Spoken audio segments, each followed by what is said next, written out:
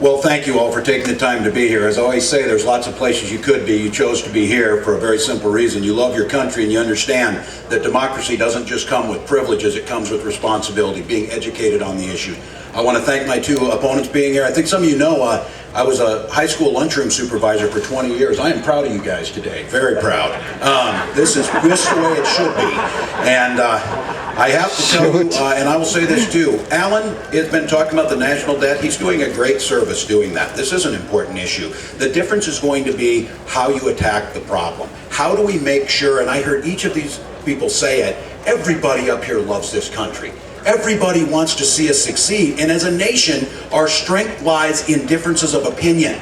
But the glue that holds the nation together is compromise. The idea that it's not all for me, I can't get it all, and I'm willing to compromise to make what works. That's been the strength of this nation. Our diversity has been the strength. And I can tell you, the greatest honor, and I wore this nation's uniform for 24 years, the honor of being chosen by my peers to go and speak for them in Washington, I understand from that time in service how I conduct myself on the sacrifices that were made to allow us to self-govern is every bit as important as the policies that are there. We need to respect our neighbors, respect the differences, and I have conducted myself in a manner that has got me a reputation for being bipartisan. We've passed 38 bills out of the House. 5 of them were mine. Never again will a member of Congress be able to trade stocks on information they have that you don't have. I know that should have been done 20 years ago, but it wasn't, and I was able to bring people together. We've passed veterans initiatives that make sure that if you serve this nation and put your life on the line and your family's well-being at stake,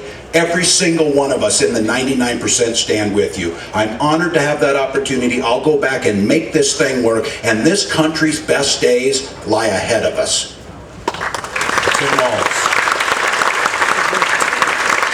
Final comments now from Mike Perry.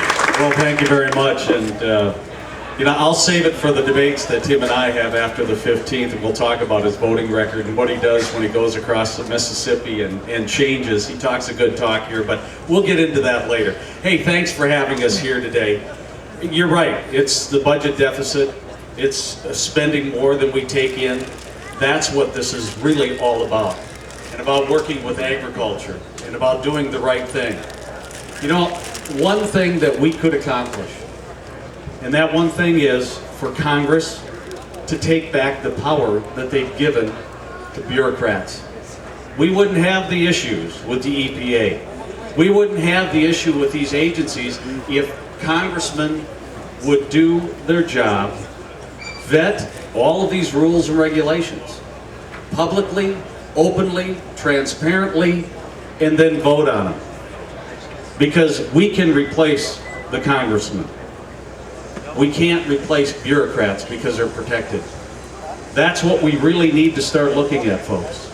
And if you don't think there's a problem in this country, read Senator Lugar's farewell address. Take time to read it, folks. Because, paraphrasing, here's what he said. Our country will fall because we are electing partisan politic people who have no will or want to work with the other side. That's what's going to help destroy this country. We need to learn how to negotiate to get things done.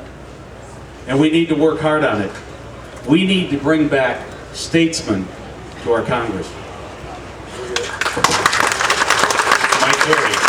And to wrap it up, final comments now from Alan Quist.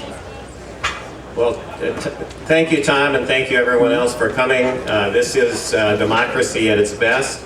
And Tom, I especially want to thank you for giving me the last word. That is very much appreciated. I am part of a farm that was settled by my ancestors back in 1858, okay? And I am the beneficiary of people that have worked very, very hard, have served our country, have been successful. I have 10 children, and I have 37 grandchildren, and 4 on the way. That's why I am here, because I want my kids and my grandchildren to have the opportunity to live the American dream as I have, and as my wife and I have.